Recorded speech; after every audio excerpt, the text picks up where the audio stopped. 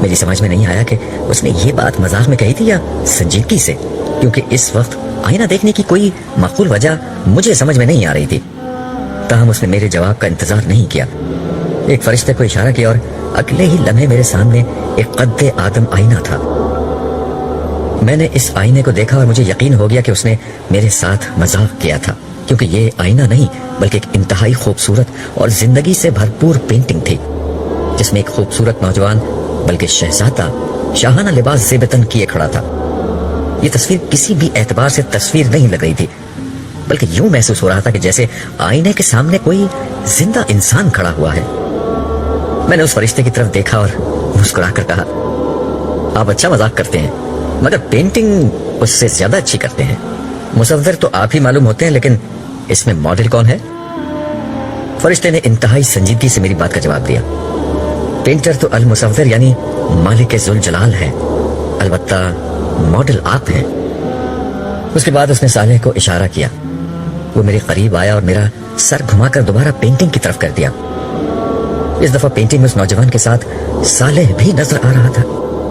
میں حیرت سے کبھی صالح کو دیکھتا اور کبھی اس آئینے میں کھڑے دوسرے شخص کو، جس کے بارے میں ان دونوں کی متفقہ رائے یہ تھی کہ یہ میں ہی تھا، مگر یہ میں تو نہیں۔ میں نے بلند آواز سے کہا۔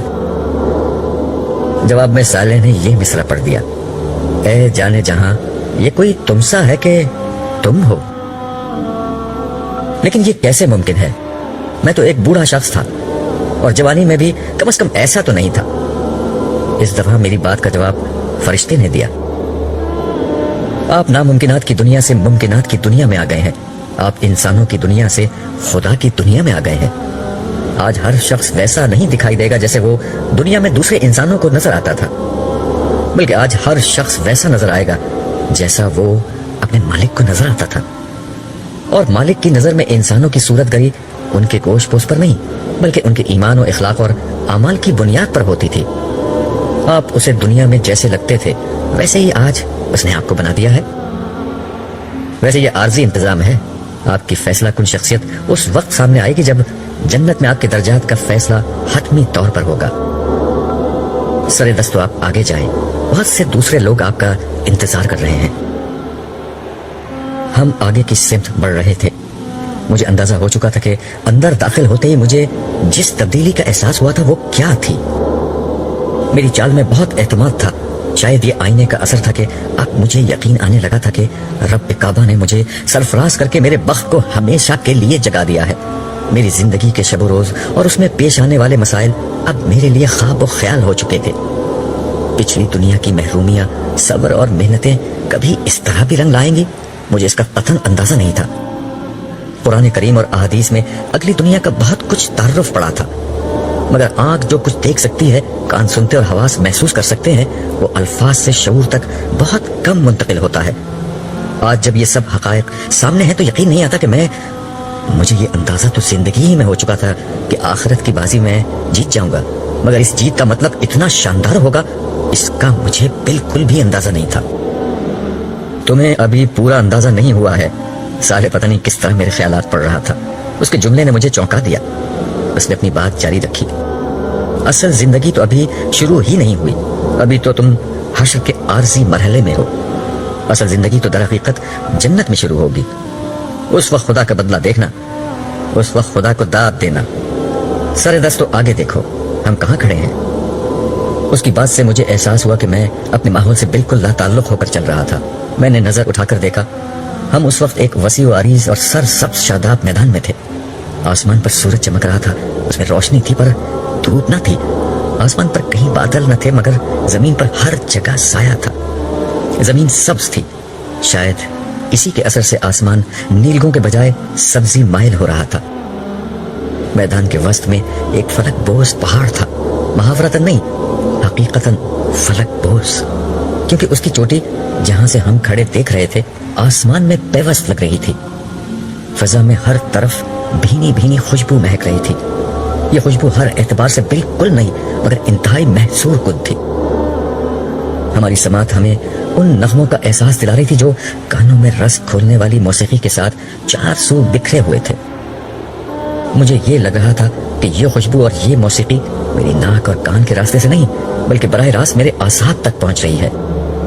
اس کی تاثیر میں مہک و آنگ اور سکون و سرور کے عناصر اس خوبصورت تناسب سے یکجا تھے کہ مجھے اپنا وجود تحلیل ہوتا محسوس ہو رہا تھا.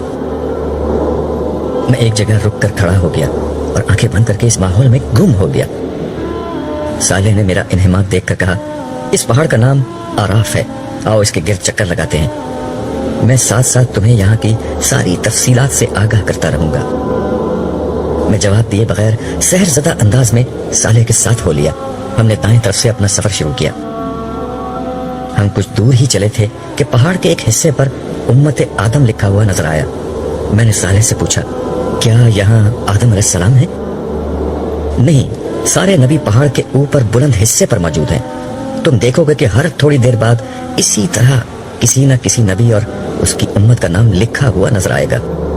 ہر امت کے نجات یافتہ لوگ, تمہاری طرح کے نجات یافتہ لوگ یہاں آ کر جمع ہوں گے. اس نے جواب دیا. کیا مجھے امت محمدیہ کے کیمپ میں جانا ہوگا؟ اس پر میں نے اشتیاق سے پوچھا.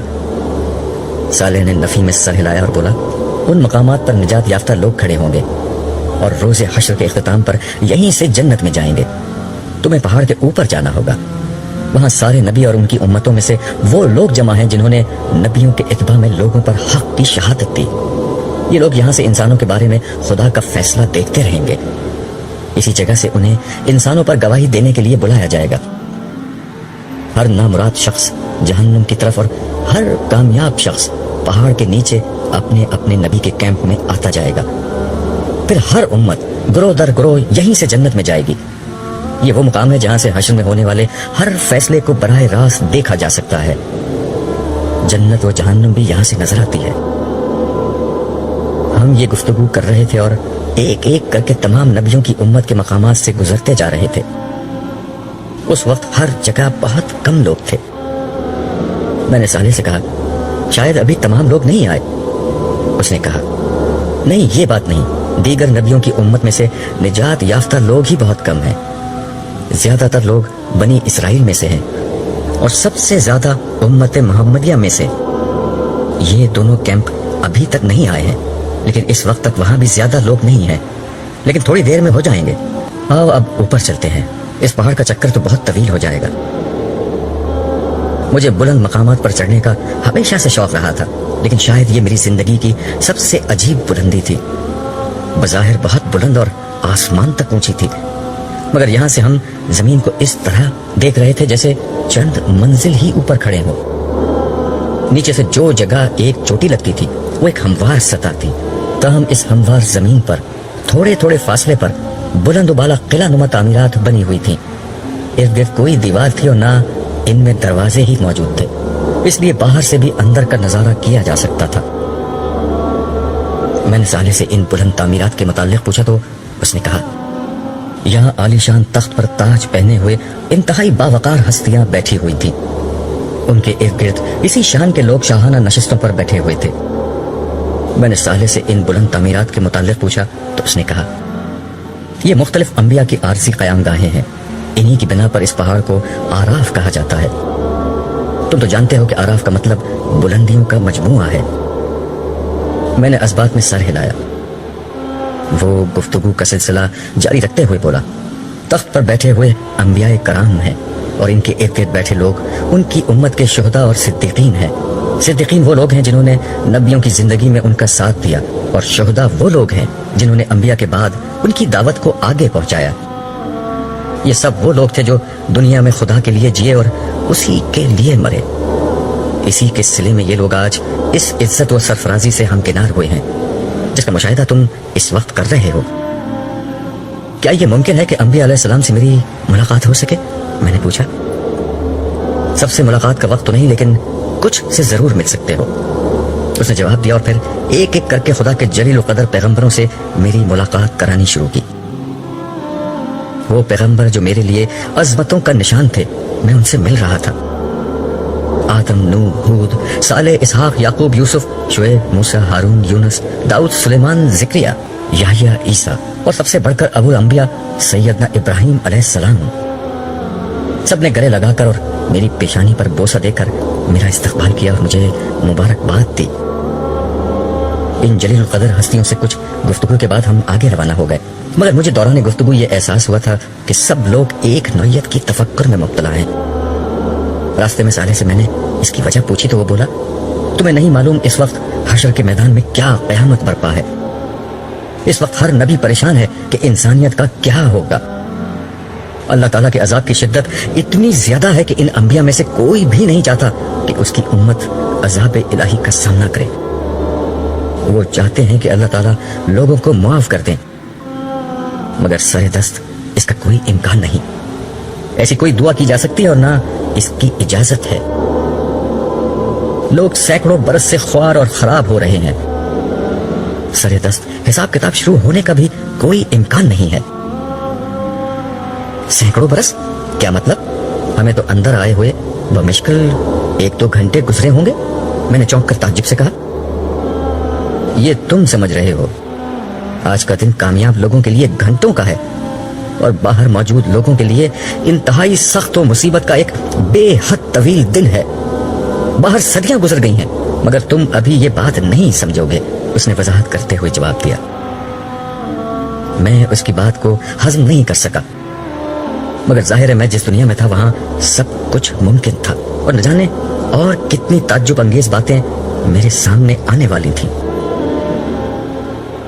صحابہ کرام اور مہاجرین و انصار حلقہ بنائے ادب و احترام سے بیٹھے تھے۔ امت محمدیہ کے اولین و آخرین کی بھی ایک بڑی تعداد موجود تھی۔ شمع رسالت کے ان پروانوں کے بیچ رسالت باپ سر جھکائے تشریف فرما تھے صلی اللہ علیہ وسلم۔ بظاہر ہر چیز بالکل ٹھیک تھی، مگر میں محسوس کر سکتا تھا کہ یہاں بھی اسی نوعیت کا تفکر پھیلا ہوا تھا جسے میں پیچھے دیکھ آیا تھا۔ رسول اللہ صلی اللہ علیہ وسلم بارگاہ احدیت میں دعا کر رہے ہیں، ہمیں بیٹھ کر انتظار کرنا چاہیے، صالح پچھلی نشستوں کی طرف بڑھتے ہوئے بولا۔ ہم پچھلی نشستوں پر بیٹھ گئے۔ یہاں سے یہ اندازہ کرنا مشکل تھا کہ آگے کیا ہو رہا ہے۔ میں نے صالح سے دریافت کیا، یہ حساب کتاب کب شروع ہوگا؟ مجھے کیا معلوم، کسی کو بھی معلوم نہیں، اس نے جواب دیا۔ اس کی بات سن کر میں خاموش ہو گیا اور نشست کی پشت سے سر ٹکا کر آنکھیں بند کر کے بیٹھ گیا۔ نہ جانے کتنا وقت گزرا تھا کہ صالح کی آواز میرے کان میں آئی، عبداللہ اٹھو، دیکھو تم سے کون ملنے آیا ہے۔ اس کی آواز پر میں چونک کر کھڑا ہو گیا۔ سامنے دیکھا تو ایک انتہائی باوقار ہستی میرے سامنے کھڑی تھی۔ ان کے چہرے پر مسکراہٹ اور آنکھوں سے محبت کے آثار جھلک رہے تھے۔ اس سے قبل کہ صالح مزید کچھ کہتا انہوں نے نرم لہجے میں اپنا تعارف کراتے ہوئے کہا، مرحبا عبداللہ، میرا نام ابو بکر ہے، رسول اللہ صلی اللہ علیہ وسلم کی طرف سے میں تمہیں خوش آمدید کہتا ہوں۔ یہ کہتے ہوئے انہوں نے اپنے دونوں ہاتھ پھیلا دیے۔ میں پرجوش انداز میں ان سے بغل گیر ہو گیا۔ اس کے بعد وہ مجھے لوگوں سے ذرا دور لے کر ایک نشست پر جا بیٹھے۔ میں نے بیٹھتے ہی ان سے دریافت کیا، میں رسول اللہ صلی اللہ علیہ وسلم سے کب مل سکوں گا؟ رسول اللہ اس وقت بارگاہ عزتی میں شکر و دعا میں مصروف ہیں، تم ان سے بعد میں مل سکتے ہو۔ اس وقت بتانے کی اہم بات یہ ہے کہ اللہ تعالیٰ کی بارگاہ میں جناب رسالت مآب کی یہ دعا قبول ہو گئی ہے کہ لوگوں کا حساب کتاب شروع ہو جائے۔ اس قبولیت کی گھڑی میں تم نے بھی ایک دعا کی تھی، تم دوبارہ حشر کے میدان میں جا کر وہاں کا احوال دیکھنا چاہتے تھے، تمہیں اس کی اجازت مل گئی ہے۔ حساب کتاب کچھ دیر بعد شروع ہوگا، تم اس وقت تک لوگوں کے احوال دیکھ سکتے ہو۔ یہ پیغام دے کر ہی رسول اللہ صلی اللہ علیہ وسلم نے مجھے تمہارے پاس بھیجا ہے۔ یہ سن کر میرے چہرے پر خوشی کے تاثرات ظاہر ہوئے، جنہیں دیکھ کر خلیفہ رسول کے چہرے پر بھی مسکراہٹ آ گئی۔ ایک وقفے کے بعد وہ دوبارہ گویا ہوئے، باہر بہت سخت ماحول ہے، صالح اگرچہ تمہارے ساتھ ہوگا مگر پھر بھی تم یہ پیتے جاؤ، یہ مشروب تمہیں باہر کے آلام سے محفوظ کر دے گا۔ یہ کہہ کر انہوں نے پاس رکھا سنہرے رنگ کا جگمگاتا ہوا ایک گلاس میری سمت بڑھا دیا۔ میں نے دونوں ہاتھ آگے بڑھا کر یہ گلاس ان کے ہاتھوں سے لیا اور اپنے ہونٹوں سے لگا لیا۔ گلاس ہونٹوں سے لگاتے ہی ایک عجیب واقعہ ہوا۔